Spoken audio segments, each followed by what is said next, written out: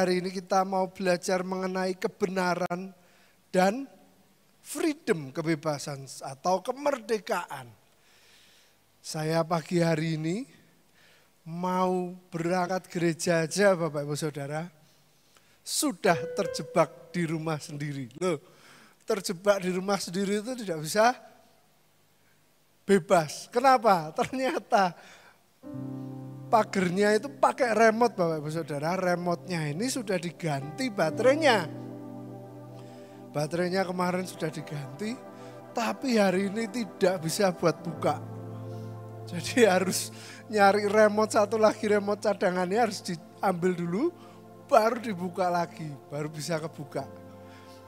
Ternyata Bapak Ibu Saudara, kemerdekaan itu rasanya plong sekali. Wah, akhirnya bisa keluar mobilnya. Tadinya menunggu remote. Wah, remote yang dipencet-pencet gak bisa-bisa, sudah panik. Ambil remote cepet. Wah, sama Bapak Ibu Saudara. Kemerdekaan itu kalau saya ibaratkan dalam kehidupan sehari-hari, kalau kita lagi sakit perut, wah, terus habis itu kita menemukan toilet.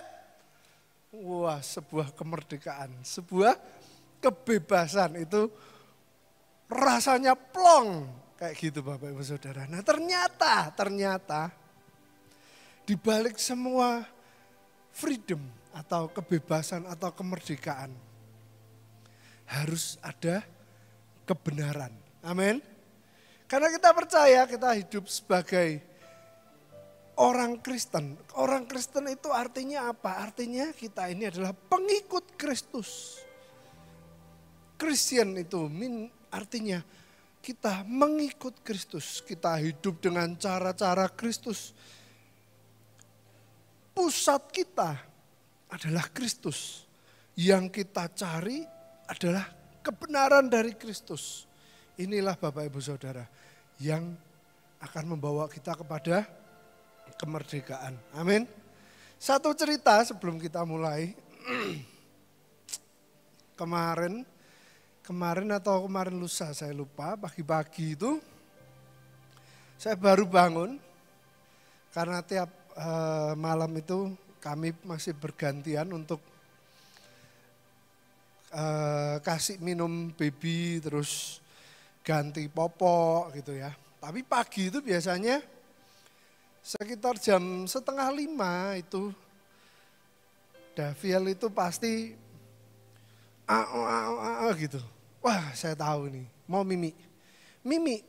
Tapi dia itu kalau pagi, hanya kalau pagi jam 4:30 sampai sekitar jam 6 itu berkali-kali. Terus minta, nanti ketiduran atau tidur udah minta lagi. Akhirnya kalau pagi terpaksa saya kan pasti bangun, tidur, bangun, lama-lama wah pasti melek. Melek itu buka HP, wah ini kok udah rame di WhatsApp ini apa ya ini, kayak gitu. Ternyata ada misteri Bapak Ibu Saudara. Ada misteri yang tidak terpecahkan. Dan itu ternyata menggegerkan orang-orang rumah. Ada orang rumah di tempatku ada satu karyawan, di tempat Bapak ada beberapa karyawan juga. Nah, ini terjadi sebuah misteri tentang pakaian Daviel. Wah, pagi-pagi saya bingung. Ini saya udah tidur melek, masih ada apa toh? Saya tanya sama istri saya, teman, dia selalu Davielnya lagi tidur. Oh iya, chat aja.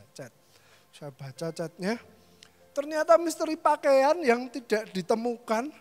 Ini kenapa pakaian Daviel tidak sampai-sampai? Loh, ternyata omanya yang sangat mengasihi itu menitipkan pakaian buat Daviel.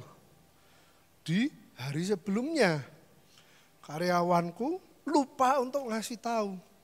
Tapi dia bilang itu datangnya malam.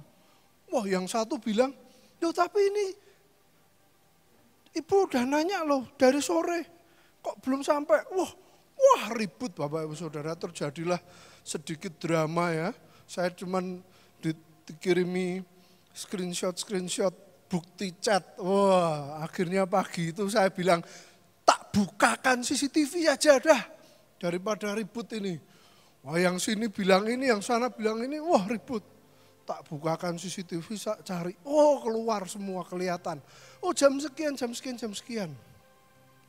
Setelah keluar buktinya baru ditanya yang bersangkutan. Siapa yang nerima? Kamu nerima jam berapa? Akhirnya ditanya lagi, dicari lagi. Oh ya ini yang ngirim, oh dititipkan. Oh dititipkan. Tanya lagi. Tanya supaya clear. Akhirnya ditanya lagi. Setelah ketemu kebenarannya Bapak Ibu Saudara. Yang tadinya mereka saling menyalahkan, saling nudung. Lah kamu bawa jam sekian. Lah kamu kok gak laporan sama Ko Vincent sama Cik Gebi. Lah kamu bawa ini jam berapa? Lah datangmu barangmu jam berapa? Tadinya ribut. Akhirnya setelah tahu kebenarannya. Ternyata waktu dikirim nganternya itu 2 kali. Yang pertama sore itu sudah diantar, ada yang ketinggalan, diantar lagi disusulkan. Jadi ada 2 barang dalam waktu yang berbeda. Jadi benar yang satu sore, benar yang satu lebih malam, benar. Dua-duanya benar. Setelah kelihatan kebenarannya, baru semuanya plong atine. Walah gitu. Termasuk saya, termasuk istri, termasuk semuanya kita baru, walah ternyata memang dibutuhkan untuk mencari kebenaran. Supaya kita ini akhirnya ini rasanya merdeka, rasanya plong. Baru kita tahu, baru kita sadar, oh ternyata percuma. Sudah saling menyalahkan muter, enggak selesai. Nah hari ini kita akan belajar kebenaran yang sesungguhnya. Amin. Truth atau kebenaran. Ayatnya di Yohanes 14 ayat yang ke-6. Kata Yesus kepadanya, akulah jalan dan kebenaran dan hidup. Tidak ada seorang pun yang datang kepada Bapa kalau tidak melalui aku. Pertama, kita harus catat baik-baik. Yesus adalah kebenaran itu sendiri. Segala yang dia contohkan, segala firman yang tertulis tentang dia menjadi pedoman kita sebagai pengikut Kristus. Ini adalah sebuah fakta tentang kebenaran yang tertulis di Alkitab. Yang perlu kita catat adalah Yesus sendiri. Dia jalan, tapi dia juga kebenaran. Tidak ada seorang pun yang datang kepada Bapa kalau tidak melalui aku. Artinya keselamatan, semua keselamatan harus melalui kebenaran. Yaitu harus melalui Yesus. Nah ini kita catat baik-baik, kita simpan terlebih dahulu. Nanti kita akan lihat apa hubungannya, apa kaitannya. Nah yang berikutnya kita akan belajar Bapak Ibu Saudara, kenapa harus ada kebenaran? Kenapa harus melalui Yesus? Kenapa harus melalui firman Tuhan? Kenapa kita harus melihat kembali kepada firman Tuhan? Yohanes 4 ayat 23 sampai 24. Ini ketika Tuhan Yesus bertemu dengan wanita Samaria dan dia menjelaskan tentang menyembah Allah. Yohanes 4, 23, 24. Tetapi saatnya akan datang bahwa penyembah-penyembah benar akan menyembah Bapa dalam roh dan kebenaran. Sebab Bapa menghendaki penyembah-penyembah demikian. Allah itu apa Bapak Ibu Saudara? Allah itu apa? Roh. Dan barang siapa menyembah dia harus menyembahnya dalam roh dan kebenaran.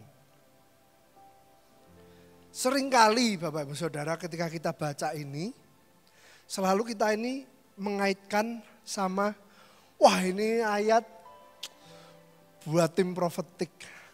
Wah ini ayat untuk tim praise and worship pasti. Wah ini ayat untuk penyembah-penyembah Tuhan, pemuji-pemuji Tuhan. Nah kalau ayat ini hanya untuk mereka Bapak Ibu Saudara. Pertanyaan saya, lah kita yang lain hidupnya menyembah apa? Menyembah siapa? Ternyata Bapak Ibu Saudara, next. Pertanyaannya, apakah hidup kita ini sedang menyembah Allah atau menyembah Allah lain? Ternyata Bapak Ibu Saudara, kalau kita sedang tidak menyembah Allah, otomatis kita ini sedang menyembah Allah yang lain.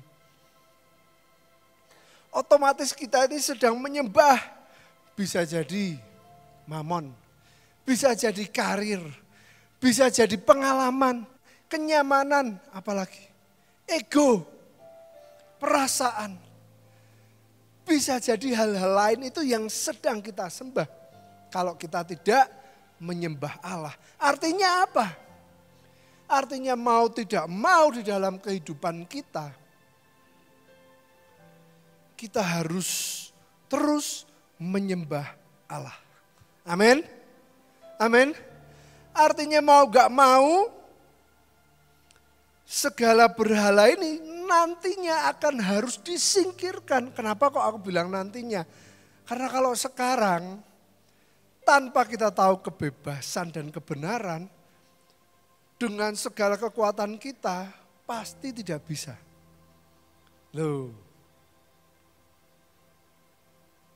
Nantinya itu ada waktunya ketika kita sudah menyerahkan kepada Tuhan bahwa oke Tuhan, memang aku ini tidak sanggup.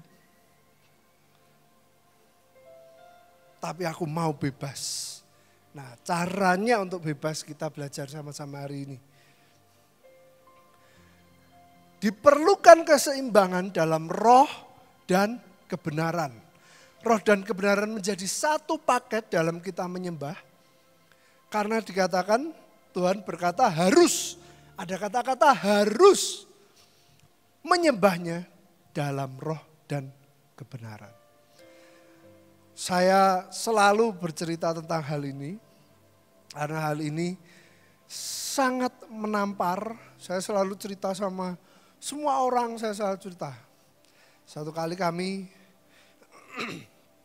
saya dan istri sebelum menikah, kami diminta untuk ayo bimbingan pranikah dengan Bapak Ketua Sinode, Bapak Adi Sutanto. Sampai di sana Bapak Ibu Saudara, selesai bimbingan kami dipaksa harus makan.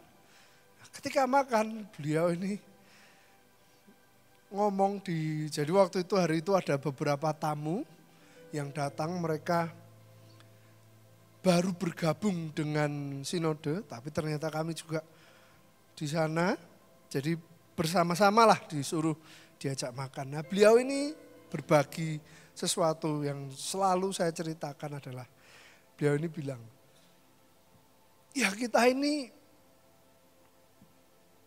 kalau ngeroh itu boleh. Tuh kan, Tuhan aja bilang harus.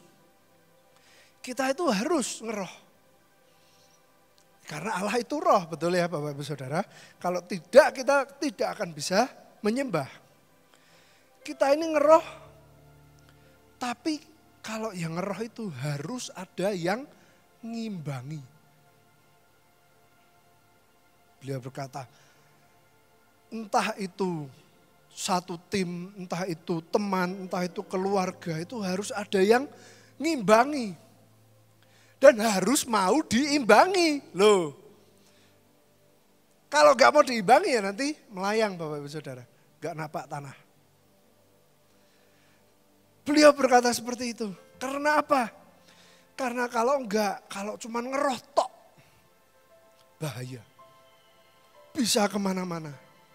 Apa bedanya dengan dukun? Tapi ngeroh ini harus diimbangi dengan firman Tuhan, yaitu kebenaran.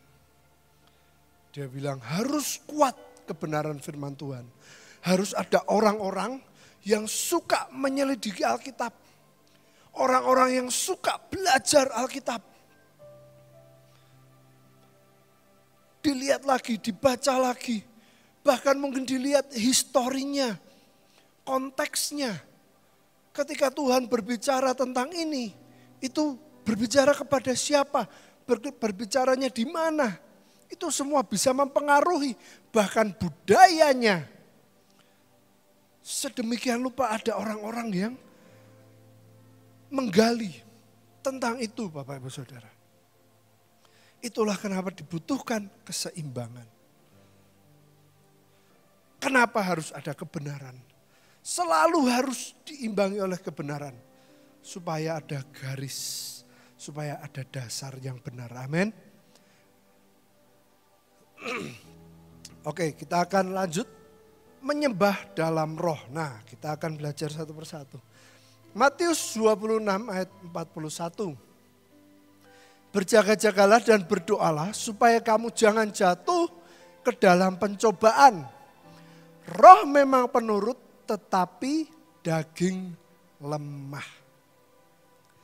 Daging di dalam Alkitab ini sering digunakan di dalam beberapa konteks dan ini memberikan simbol. Saya akan bacakan bahasa Indonesianya. Dalam Alkitab istilah daging digunakan dalam berbagai konteks. Seringkali melambangkan sifat fisik dan fana dari manusia, serta kecenderungan berdosa yang melekat dalam diri manusia. Jadi kalau kita baca nih, roh memang penurut tetapi daging lemah. Bukan berarti hanya physically daging kita atau hanya secara fisik. Ternyata juga kecenderungan berdosa. Konsep daging sangat penting dalam memahami dikotomi antara yang rohani dan yang duniawi, serta pergumulan antara dosa dan kebenaran. Artinya Bapak Ibu Saudara, ketika kita membaca ini, roh memang penurut tapi daging lemah. Berarti 2 lawan 1. Maksudnya gimana? Kok 2 lawan 1? Roh, jiwa, tubuh. Loh. Berarti keinginan daging ini jiwa dan tubuh. Rohnya penurut, tapi kan daging dijelaskan tadi adalah simbol dari sifat fisik dan kecenderungan. Kecenderungan berdosa itu munculnya dari mana?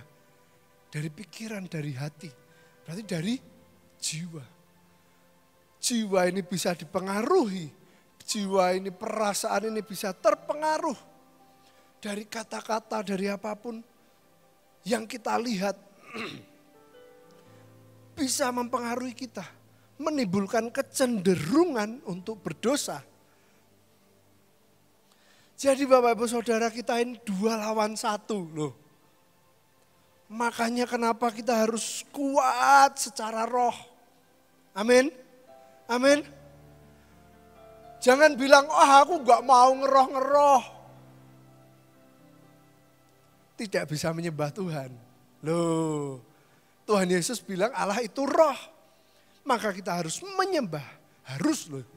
Dalam roh dan kebenaran. Jangan bilang, aku gak mau hidup dalam roh-roh itu mah. Wah, orang-orang nanti nganggep aku seperti dukun atau apa. Nah, kita harus lihat kebenarannya. Karena kebenarannya itu yang akan ngimbangi. Amin Bapak Ibu Saudara. Amin. Oke, kita lanjut.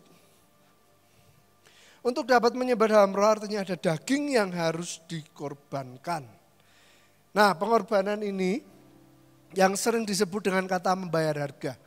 Nah, ini Bapak Ibu Saudara, saya kenapa bahas soal ini lagi. Waktu itu saya ngobrol sama istri saya.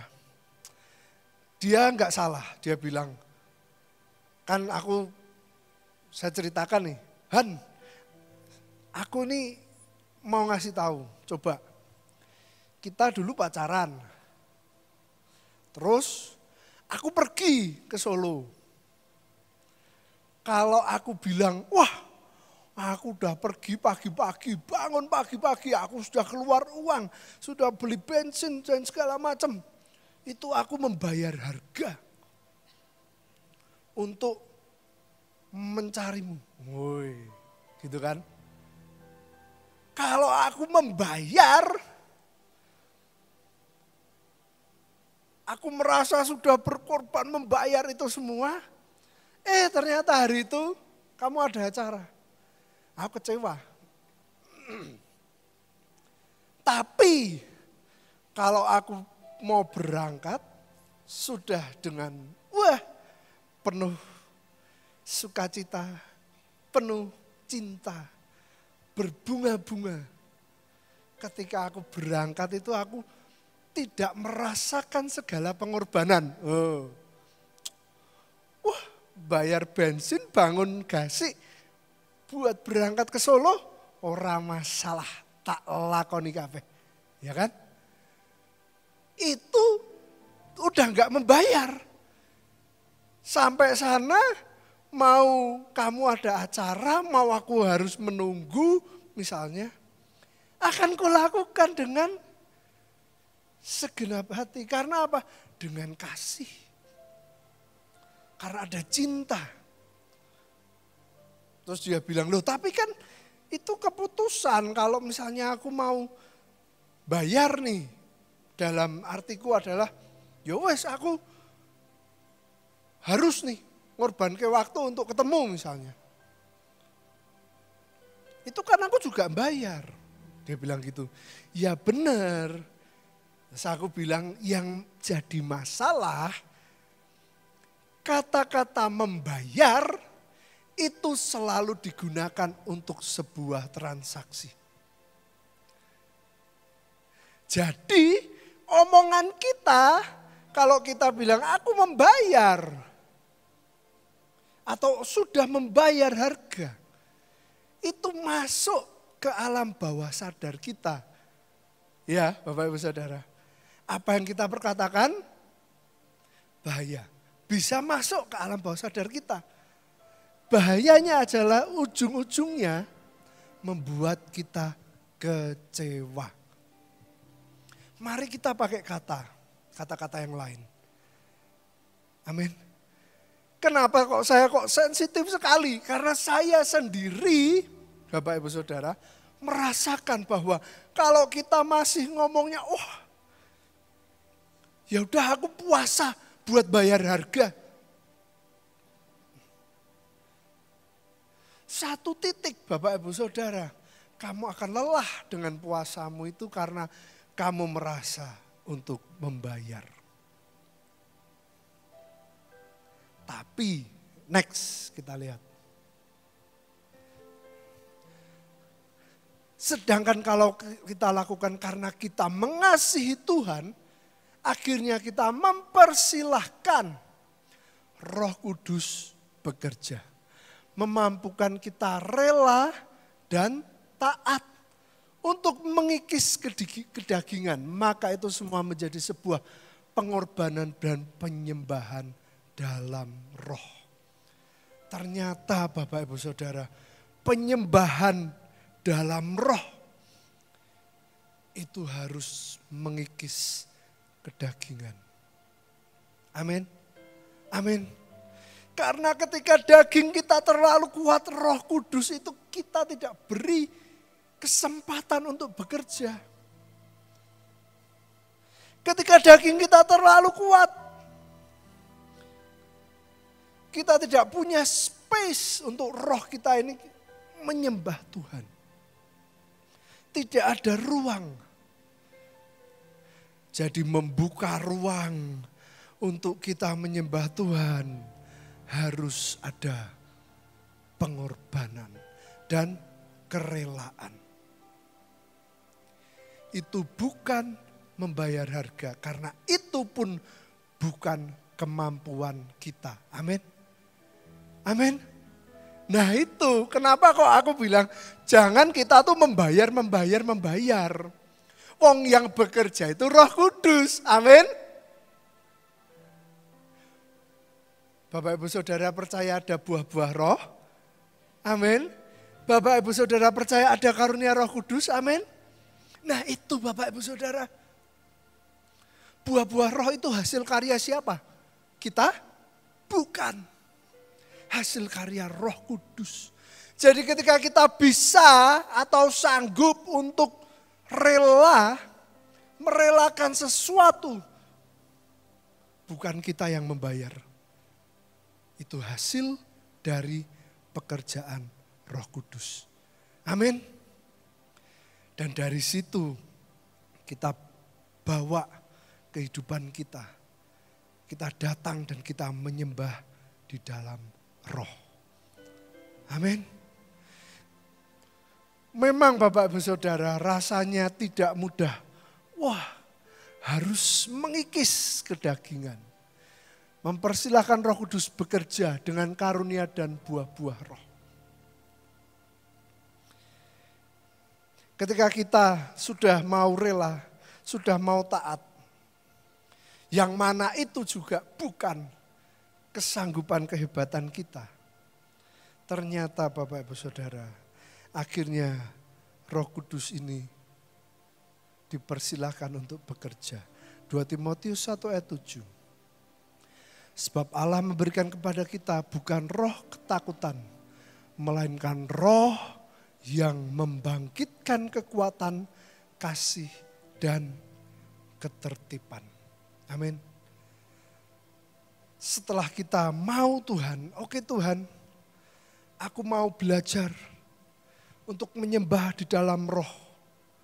Ternyata penyembahan dalam roh Bapak Ibu Saudara membangkitkan kekuatan bagi sesama, bagi hidup kita. Ternyata penyembahan dalam roh memberikan kasih dan menimbulkan ketertiban.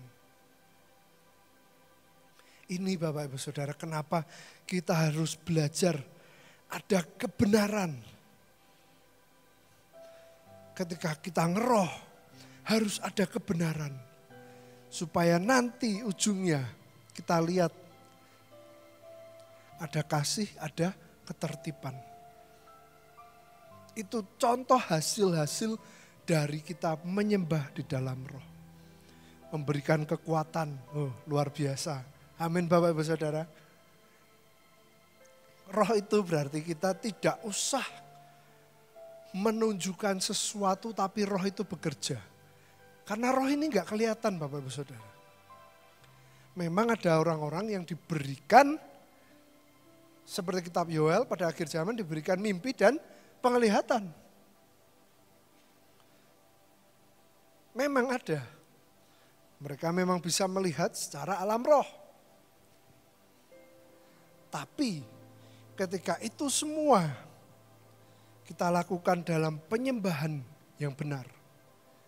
Akhirnya tidak menimbulkan ketakutan tapi kekuatan. Amin. Jadi tidak ada lagi yang berkata bahwa wah aku takut nih dikepung si jahat. Waktu itu ada yang cerita kayak gitu, gak ada lagi. Karena tidak menimbulkan ketakutan.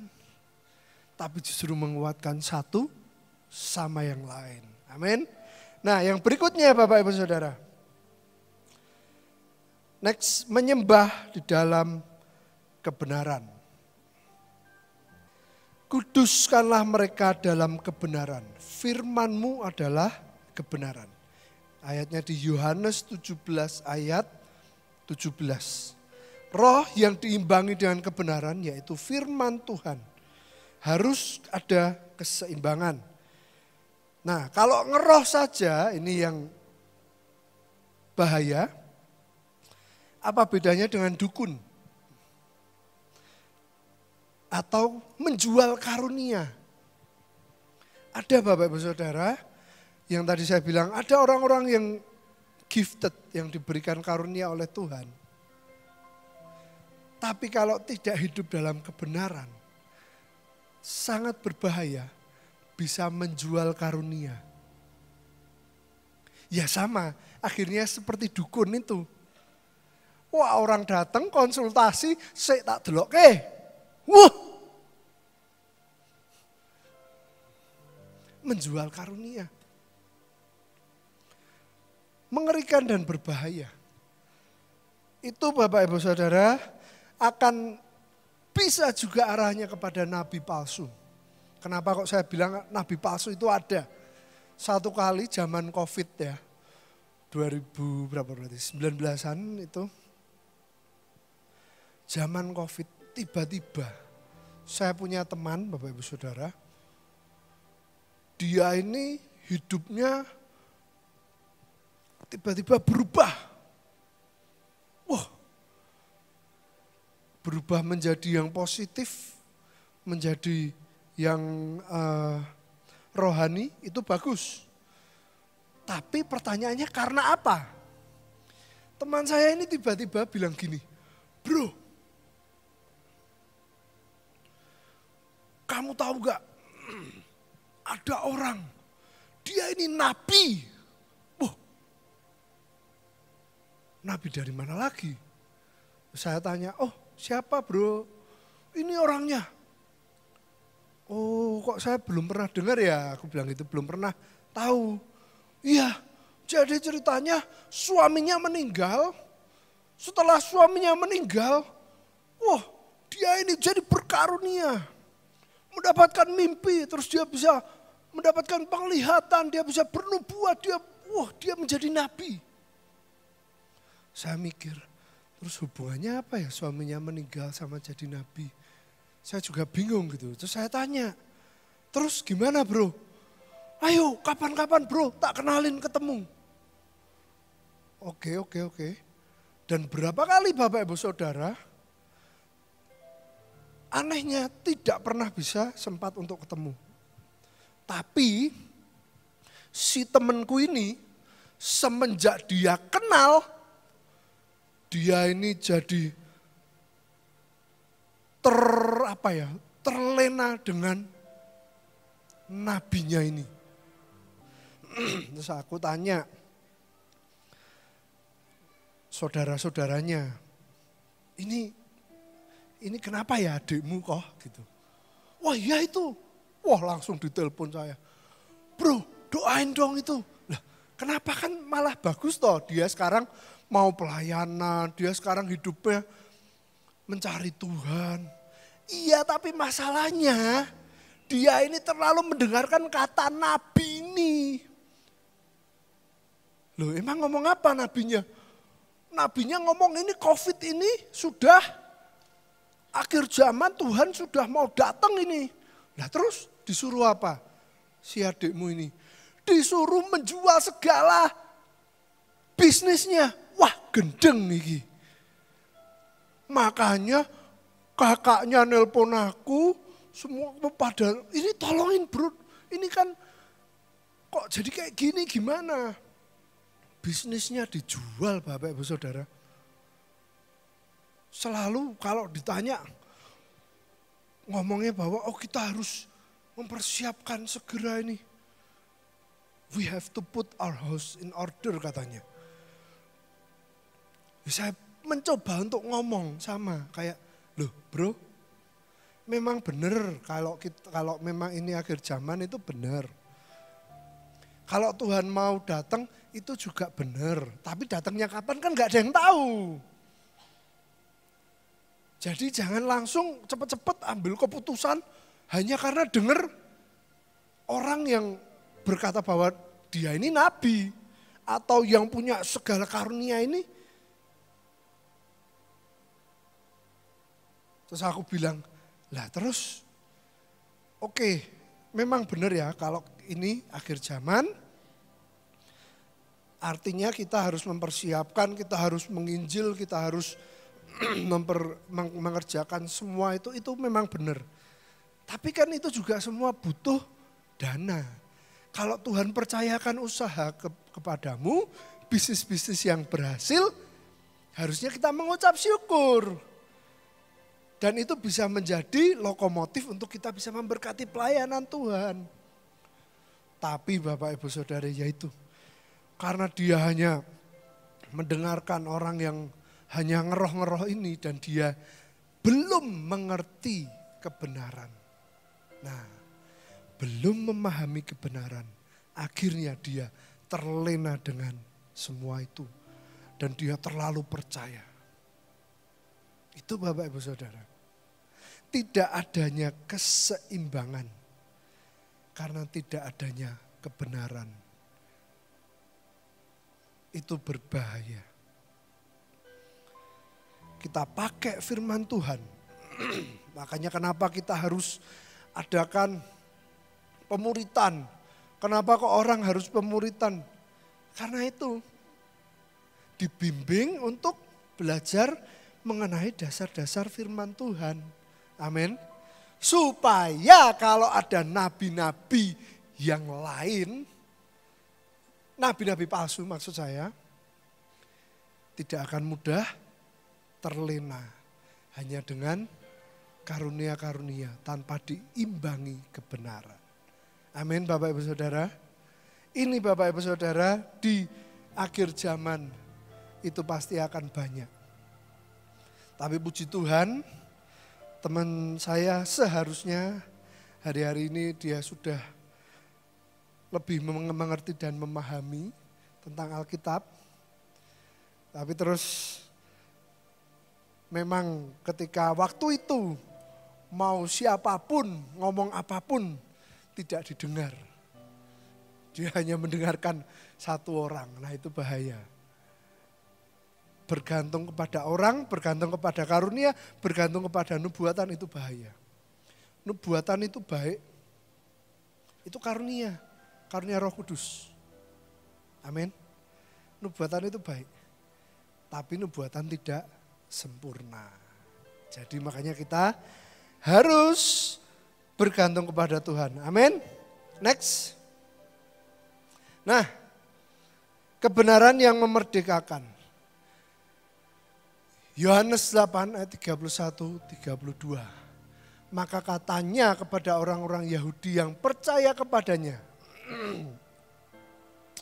Kita harus perhatikan baik-baik. Jikalau kamu tetap dalam firman-Ku, kamu benar-benar adalah murid-Ku. Dan kamu akan mengetahui kebenaran. Dan kebenaran itu akan memerdekakan kamu. Ternyata Bapak Ibu Saudara, ada langkah-langkahnya untuk mendapatkan kemerdekaan. Yang pertama, tetap dalam firman-Ku. Ini penting. Jangan sampai kita sudah belajar yang rohani, kita sudah belajar yang ngeroh, kita sudah belajar, kita sudah mendapatkan karunia, melupakan firman Tuhan. Oh ini susah loh Bapak Ibu Saudara. Tetap dalam firman itu susah. Percayalah Bapak Ibu Saudara, berapa banyak sih yang kita bisa untuk tetap dalam firman. Orang kita masih manusia. Betul? Tapi kembali lagi, tenang. Yang tadi, ada Roh Kudus. Itulah kenapa ketika Tuhan Yesus naik ke surga, Tuhan memberikan Roh Kudus. Itu yang akan membantu kita. Nah, ketika kita tetap dalam firman, ada pedoman firman Tuhan. Ada kebenaran. Maka kita benar-benar adalah murid Yesus. Ayo, ngomong kanan kiri tetap dalam firman. Nah, karena nanti kalau sudah tetap dalam firman, kita belajar menjadi murid. Ternyata ada langkahnya. Dan setelah kita menjadi murid, dan kamu akan mengetahui kebenaran. Loh, ternyata untuk merdeka ini panjang sekali ya. Kayak yang tadi saya cerita, harus digali. Satu persatu harus diketahui. Kebenaran ini ternyata harus dicari, harus digali, harus dipelajari. Firman Tuhan harus dipelajari. Bukan hanya hari Minggu mendengarkan khotbah. Hari demi hari. Supaya apa? Supaya kita tetap dalam firman. Sehingga kita bisa jadi murid Yesus. Supaya apa? Supaya kita mengetahui kebenaran. Kita sudah menyembah dalam roh, kita belajar menyembah dalam roh itu sangat baik. Tapi kita imbangi dengan kebenaran, yaitu tetap di dalam firman. Dan kebenaran itu akan memerdekakan kamu. Amin. Siapa yang rindu mengalami kemerdekaan yang sesungguhnya dalam kehidupan? Berarti kita harus belajar dan kita harus tahu dan kita harus mengerti apa? Firman Tuhan. Amin. Karena langkah utama, langkah pertama adalah tetap di dalam firman-Ku. Amin Bapak Ibu Saudara. Sebelum kita lanjutkan, saya punya sebuah permainan. Yang penting gak bisa lepas, jangan kenceng-kenceng kasihan. Oke, sekarang Nino, ini ada gunting yang tak gembok. Gunting ini bisa membebaskanmu, tapi ada kode yang harus dipecahkan. Oke, Mas Jenny juga sama dan guntingnya hanya ada satu. Oke, jadi silahkan Anda memilih 3 orang yang Anda percaya kira-kira bisa menjawab pertanyaan untuk nanti mendapatkan kode. Mas Jenny juga silahkan pilih 3 orang yang Anda percaya. Oke, silahkan. Saya butuh IO-nya 2 berarti. Ya, IO-nya 2. IO-nya ini menjadi pendamping dan penolong bagi timnya. Ya, oke. IO-nya ini akan menjadi penolong dan pendamping untuk masing-masing tim. Siap? Ya. Dan ini Bapak Ibu Saudara, waktunya nanti hanya 3 menit. Ya.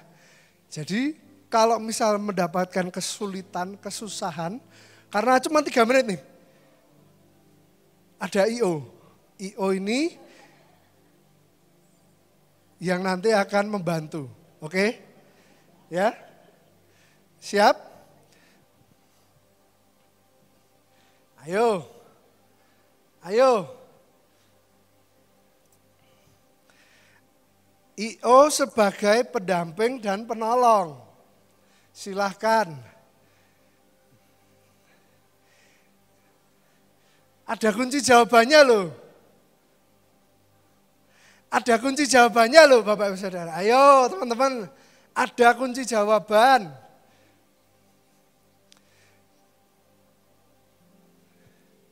Temukan kunci jawaban maka semua akan selesai.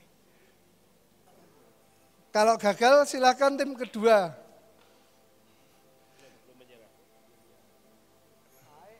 Wah, 10 detik.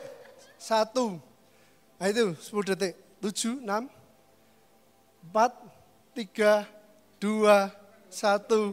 Tadot, ayo silakan mencoba tim satunya.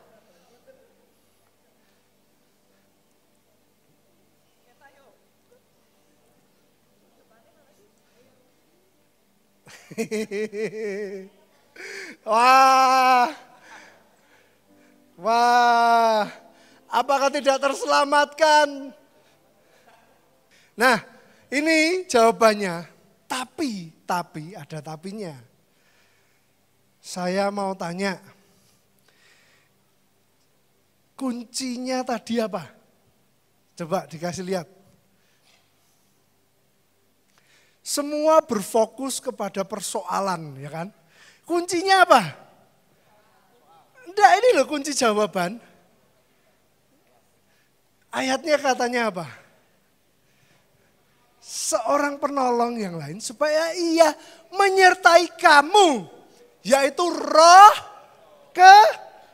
kebenaran. Roh kebenaran. Aku sudah bilang sama 2IO, begitu salah satu dari tim ini nanya, piye tulungi? Kasih tahu langsung jawabannya. Nah, ternyata Bapak Ibu Saudara, kita semua hanya berfokus kepada persoalan dan persoalan. Padahal jawabannya sudah diberikan. Ternyata Bapak Ibu Saudara tidak diperhatikan. Terima kasih semuanya.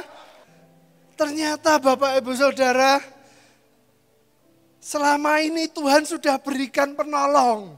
Sama. Tuhan sudah berikan penolong sebelum Tuhan itu naik ke surga. Dan rupanya Bapak Ibu Saudara, kita hanya berfokus kepada persoalan dan persoalan. Padahal roh kebenaran loh sudah diberikan untuk menyertai. Nin, tolong ini hadiahnya diberikan buat tim yang menang. Oke Bapak Ibu Saudara. Siapa yang memahami? Siapa yang sudah paham? Amin, amin, amin. Ternyata Bapak Ibu Saudara, kita berfokusnya, ini soalnya yang mana? Ini jawabannya apa? Wah ini kebalik, ini urutannya. Loh, jebul tinggal tanya. Kenapa saya bilang, tolong ditulis kunci jawabannya. Dan dari awal saya ngomong terus, saya berikan pendamping, saya berikan penolong. Betul? Saya selalu bilang, silahkan IO ini pendamping, ini penolong. Tapi memang Bapak Ibu Saudara, kehidupan kita terlalu fokus dengan apa persoalan yang ada di depan. Sehingga kita lupa bahwa Tuhan berikan penolong, yaitu roh kebenaran yang akan membantu kita senantiasa. Amin. Oke, kita masuk ke dalam berikutnya. Ini kita akan segera selesai. Next. Yaitu menginjil dalam kebenaran. Kita sudah tahu kemerdekaan, kita sudah belajar menyembah dalam roh dan kebenaran. Dan tugas kita setelah itu apa Bapak Ibu Saudara? Kita harus menginjil. Menginjil dan melakukan itu di dalam kebenaran.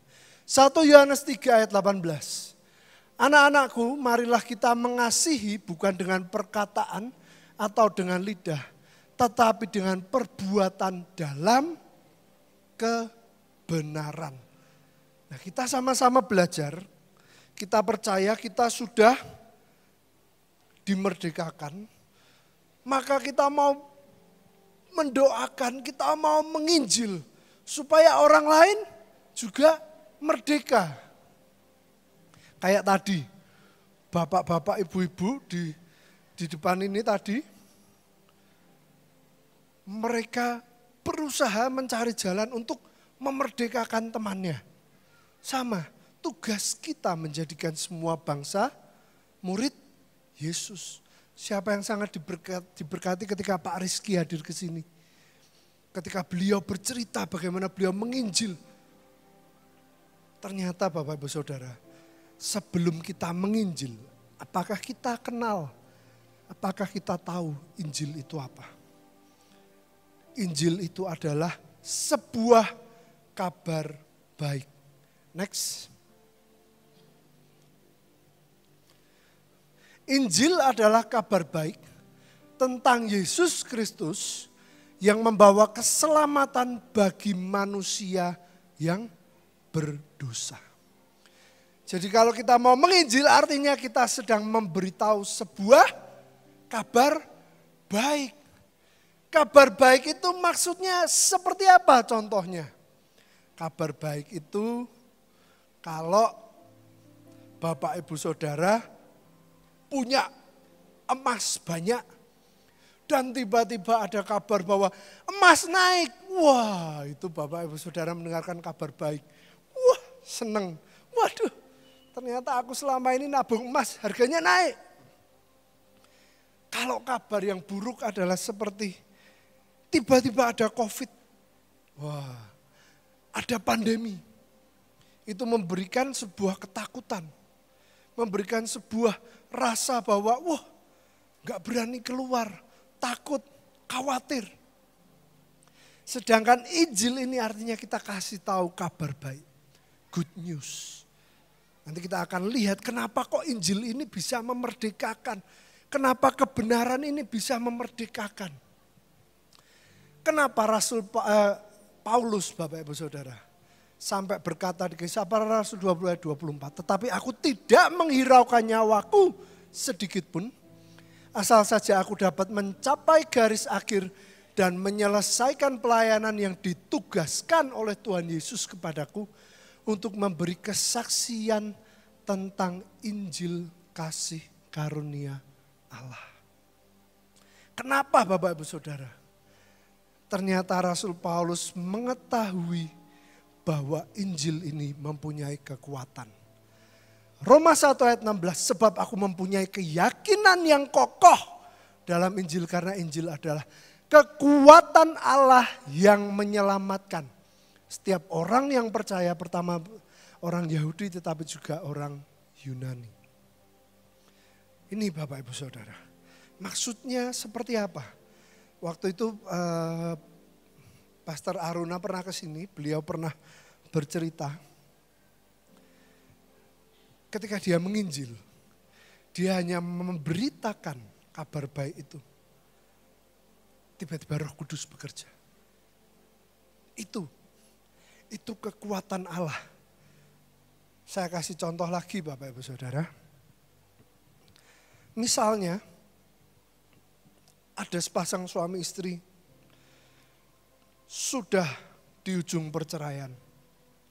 Terus minta konseling. Cerita. Berapa banyak dari kita yang ketika kita kasih tahu mereka, itu sebenarnya hanya seperti seorang motivator.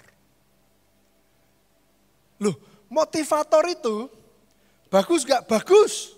Memberikan semangat, memberikan pengertian. Tapi sampai mana? Setelah pulang habis itu, oke, bertahan berapa lama? Karena apa? Karena tidak ada Injil yang diberitakan. Hanya motivasi. Hanya langkah-langkah praktis. Berapa banyak Bapak Ibu Saudara yang kalau pulang dari KKR hatinya berkobar-kobar. Berapa banyak dari saudara yang kalau pulang dari KKR sangat semangat. Berapa banyak dari saudara yang pulang mission trip penuh dengan gairah dengan Tuhan. Karena apa? Karena ketika KKR walaupun lebih banyak orang Kristen yang datang, tapi ketika KKR selalu Injil diberitakan. Ada kabar baik yang diberitakan. Ketika Bapak Ibu Saudara pergi menginjil, Bapak Ibu Saudara memberitakan kebenaran. Memberitakan kabar baik bahwa, loh kamu tahu enggak? Tuhan Yesus sudah mati di kayu salib. Dan dia menebus segala dosa. Dan hari ini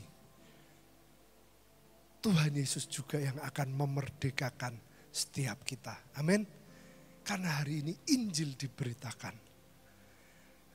Karena hari ini Bapak Ibu Saudara, Tuhan yang sama, kuasanya, darahnya yang sama itu ada bagi setiap kita. Dan itu akan membebaskan kita dari segala belenggu dan dosa. Itu Bapak Ibu Saudara.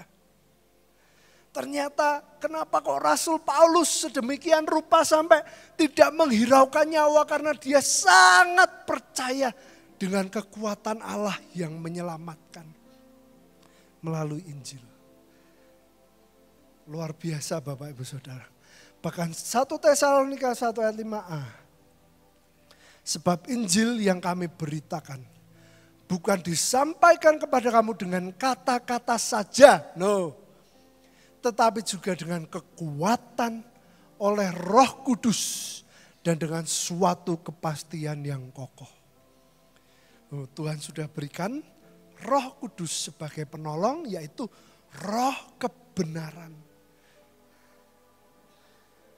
Dan sedemikian rupa Tuhan itu kasih. Tuhan itu udah kasih Bapak Ibu Saudara segala, ibaratnya kalau kita mau pergi itu udah disangoni. Tapi seringkali kita lupa bahwa kita ini harus menginjil. Untuk apa? Supaya kekuatan Allah ini yang bekerja. Supaya Roh Kudus ini yang bekerja. Jadi pagi hari ini Bapak Ibu Saudara, kita menerima kebenaran yang akan memerdekakan kehidupan kita masing-masing. Tapi setelah itu, mari kita belajar mulai menginjil. Beritakan Injil, beritakan kabar baik. Karena melalui itu ada kekuatan Allah yang menyelamatkan. Amin. Mari kita berdoa dulu. Bapa, kami mengucap syukur pagi hari ini bahwa Engkau Tuhan yang memberikan kemerdekaan, yang memberikan kebebasan bagi setiap kami. Dan kami yang sudah merdeka Tuhan, kami mau untuk menginjil, memberitakan kabar baik. Dan kami memberikan ruang untuk Engkau bekerja. Untuk Roh Kudus bekerja. Dan Roh Kudus yang akan mentransformasi setiap hati. Pagi hari ini kami tahu Tuhan. Bahwa Tuhan Yesus yang sama. Yang memberikan kebebasan bagi setiap kami. Yang sudah menebus dosa setiap kami. Kuasa-Mu yang sama ada di tempat ini. Dan kuasa-Mu Tuhan yang akan membebaskan dan memberikan kemerdekaan. Terima kasih Tuhan Yesus. Terima kasih Tuhan Yesus. Kami sungguh mengucap syukur adanya kuasa Tuhan di dalam Injil-Mu. Kekuatan Allah yang menyelamatkan setiap kami. Dan kami sungguh mengucap syukur Tuhan. Kalau Kau sudah berikan penolong Roh kebenaran. Amen. Dan itu Tuhan yang akan membebaskan dari setiap belenggu. Bukan karena kemampuan kami, tapi karena Roh Kudus yang bekerja. Biar kami tidak lagi berfokus hanya terhadap setiap persoalan, setiap masalah. Tapi kami mencari Tuhan, Engkau Allah sumber dari segala kemerdekaan. Engkau Allah kebenaran kami. Terima kasih Tuhan Yesus. Dalam nama Tuhan Yesus, semua yang mengucap syukur katakan amin.